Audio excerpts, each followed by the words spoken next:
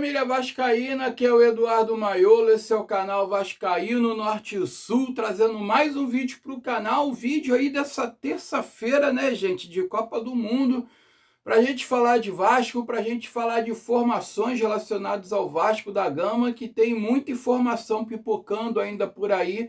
Resolvi trazer mais um vídeo longo, não trouxe vídeo curto ontem. Não sei se eu vou trazer vídeo curto hoje para falar de alguma coisa. Estou com alguns assuntos para falar, mas está complicado.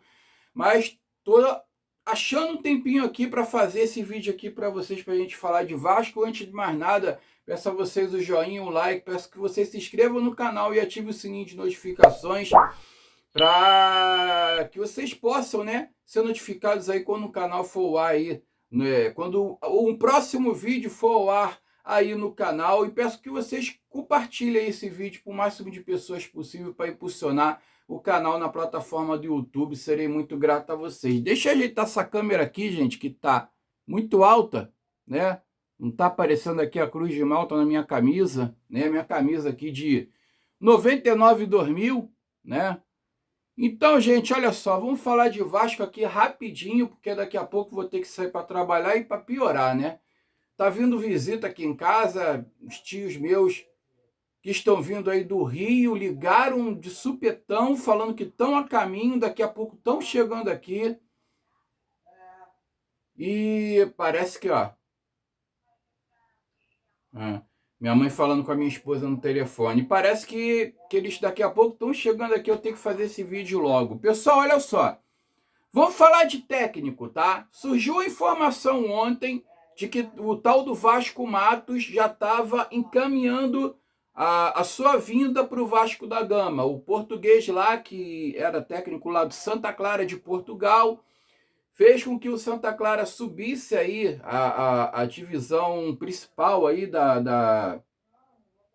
do campeonato português, né? E também colocou o Santa Clara aí pela primeira vez numa competição internacional. Pois bem, surgiu a informação hoje do tal do Eduardo Ferrari, do Vasco Connection lá. Esse cara tá vindo sempre com alguma coisa aí, né? Dizendo que não tem nada certo, não tem nada avançado, que o Vasco está preocupado com a contratação de jogadores, né, para reforçar o elenco, e também com a venda da SAF. Então, não tem nada avançado no que diz respeito a técnico português, tá? O Hernan Crespo continua no radar, parece que o Hernan Crespo ainda continua no radar, que eu acho que seria o técnico ideal nesse momento para o Vasco da Gama.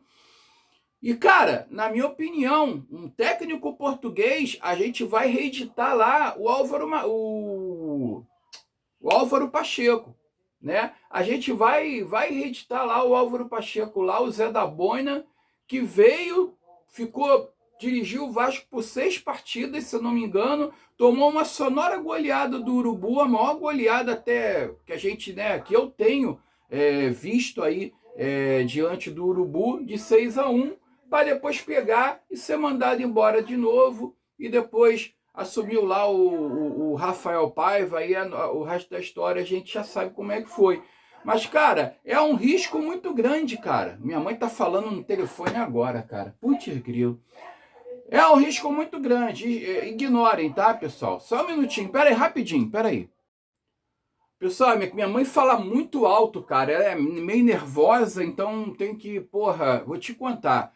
Mas, enfim, voltando ao raciocínio aqui, né? Então, porra, reeditar um Álvaro Pacheco da vida é um risco muito grande, tá? Porque é um técnico que não conhece o Vasco, é um técnico que não conhece o futebol brasileiro, é um técnico que vai chegar aqui e pode ficar perdido sem saber o que fazer. Se eu não me engano, ele joga no esquema 3-4-3, parece, sabe? E o time do Vasco, eu não sei se pede um esquema desse, que ele joga com 3 zagueiros, cara, porque o Vasco simplesmente ele não tem zagueiro. E o Vasco até agora não contratou ninguém. O jogador que está mais avançado aí é esse Nelson de Ossa aí do Real Betis aí, que parece que o Vasco formalizou uma proposta oficial por ele. Eu vou falar disso daqui já já, mas em respeito, em caso de zagueiros, atacantes e outras posições aí, até agora não tem nada encaminhado, não tem nada certo, só especulações, enfim. Então, um técnico português que chega aqui no Vasco nesse exato momento, com esse time, com esse elenco que está agora, é um risco muito grande, tá? E é a sentença aí pro Vasco cair para a Série B do ano que vem. Então, tenta trazer o Crespo, porque o Crespo aí é o que está mais acessível aí no momento, que está mais aí o perfil do nosso time nesse exato momento. Falar nisso, gente, vamos falar do Nelson de Ossa, tá? Parece que a proposta oficial foi feita por escrito, né? Vai ficar no total de em torno de 12 milhões de euros, são 8 milhões à vista, né? E 3 milhões por metas. Só que parece que a aquisição do jogador será um empréstimo com obrigação de compra, né? O Vasco vai fazer o empréstimo dele e vai exercer a obrigação de compra, acho que, se eu não me engano, no final do contrato, lá em 2031, parece que é contrato aí de 4, 5 anos. O time espanhol está aguardando aí uma última oferta do River Plate, uma vez que o River Plate, né, já informou que se retirou da negociação, que não vai entrar ali em leilão para contratar o jogador. E só que aí o Real Betis, né, viu a proposta oficial do Vasco e tal, gostou da proposta, mas ainda está aguardando ainda. Parece que o Real Betis está fazendo leilão com o meio-campo aí, o tal do Nelson de Ossa aí, que, né, ganhou repercussão jogando aí pelo Nacional da Colômbia, chegou a jogar no Mundial de Clubes também, né? E o Real Betis contratou aí o jogador, né? Lembrando que no Real Betis aí ele teve uma queda de produção aí bem acentuada, e parece que o Real Betis está querendo recuperar o valor que foi investido nele. Então vamos aguardar aí que talvez o Vasco feche a contratação do Nelson de Ossa, aí, volante, meio-campo aí, para a temporada, para o restante da temporada aí de 2026. Agora vamos falar, gente, da parte aqui de gestão do Vasco da Gama. Foi anunciado o tal do Fred Luz, né? O ex-CEO Mulambo, né? Isso está gerando aí uma repercussão muito grande, está gerando um bafafá muito grande aí, porque tem um vídeo dele rolando aí nas redes sociais, de quando ele era CEO lá do Urubu, dele sacaneando o Vasco, que o Urubu estava na zona de rebaixamento na época, o Vasco estava lá em cima, e ele falou que isso iria mudar em breve, que ali as posições dos clubes estavam erradas, né? E que isso com certeza depois iria mudar. E estava ele lá sendo entrevistado, não sei qual era uma mulher que estava lá, que acho que era vascaína também, e ele ria, ele tripudia, chamando o Vasco de vice e tal. Eu ia trazer o vídeo aqui, mas não vou trazer. Mas enfim, tá? E tá gerando uma repercussão muito grande, que diz que o cara é um flamenguista de carteirinha, é amigo do BAP e coisa e tal, né? Que já tivemos o Luiz Melo como CEO da SAF, na época do Salgado, que era um flamenguista também, inclusive sócio, né, do Urubu. E isso gerou uma repercussão muito grande, negativa, né, cara? Agora, vamos ver. Agora, deixa eu falar só uma coisa. Estão dizendo aí que isso é exigência já do Marcos Lamáquia, o futuro investidor do Vasco da Gama. Eu tive a informação anterior de que não, de que ele vai ficar até o Vasco ser vendido aí, até ocorrer a venda da SAF, e que depois a diretoria deve ser mudada, tá? A gestão ali, como o CEO da SAF do Vasco, o COO, os cargos ali serão mudados. Parece que esse Fred Luz vai ficar no lugar do Amodeu, que o Amodeu já era certo de sair. O Amodeu já 40 dias atrás, já era certeza do Amodeu sair. Inclusive, se eu não me engano, o Carlos Amodeu vai para São Paulo, tá? E o Fred Luz está vindo ali para suprir a ausência ali do Amodeu até a SAF do Vasco ser vendida. Aí só fica a questão o seguinte, tá? Quando é que o Vasco vai ser vendido? Porque já que ele está chegando, será que ele vai ficar ali para ficar 1 mês, 2 meses no cargo? Se o Vasco for vendido agora, é uma coisa meio incoerente, né, cara? O cara aceitar um convite para ser o CEO da SAF do Vasco para ficar 2, 3 meses no máximo, né? Sabendo que o Vasco pode ser vendido. Então, eu vi essa informação lá atrás, tá? De que não é um desejo do Marcos Lamáquia, que inclusive quando o Vasco for vendido para ele, que a diretoria lá, o CEO, será mudado e as outras cadeiras também serão mudadas, tá? O Fred Luz, ele trabalhou na Loja Americanas em 2013, né? Ele era diretor comercial, no Urubu em 2013 na parte de marketing e de 2021 a 2024 como CEO do Urubu, tá? Depois ele se tornou sócio lá da Álvares e Marçal, lá o escritório lá de contabilidade jurídica, né? Em 2021 a 2024 e chegou a ser consultor do Corinthians em 2025.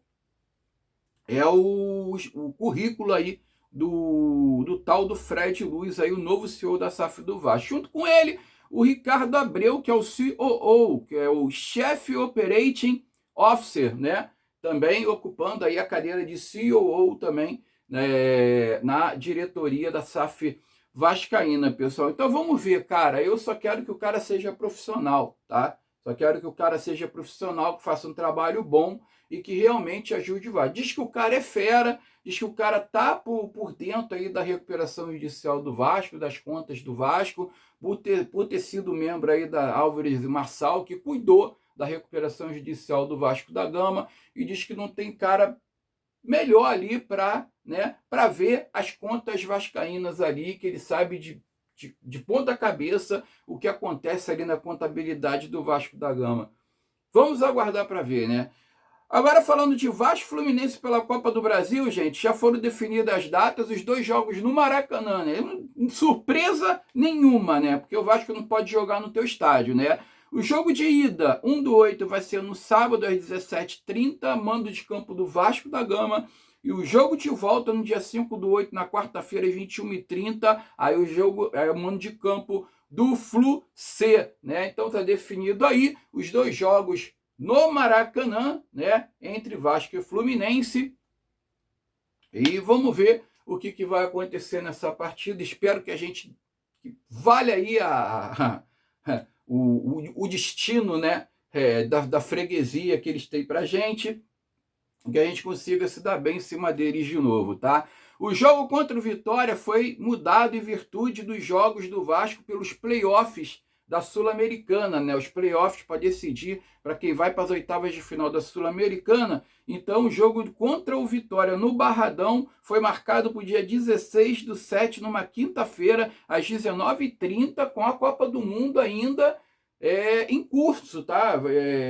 Acho que a Copa do Mundo vai estar ali nas quartas de final, se eu não me engano, e o Vasco vai jogar com Vitória pelo Campeonato Brasileiro no meio da Copa do Mundo. Dessa forma, se o Vasco tiver contratado algum jogador, esses reforços não poderão atuar, porque a janela só abre no dia 20, tá? A partir do dia 20, os clubes vão poder inscrever novos reforços aí na segunda janela, na janela do meio do ano. Então, como será no dia 16, a partida contra o Vitória, o Vasco não vai poder escrever ninguém, nenhum reforço vai poder atuar nessa partida, infelizmente, né, cara? Isso porque o Vasco arrumou para a cabeça de disputar playoffs da Sul-Americana, que poderia ter evitado isso, né? Poderia ter evitado essas 2 datas. Dessa forma, esse jogo não seria antecipado. Acabou que a CBF teve que antecipar essa partida. Falar em reforço, falar do Jair, tá?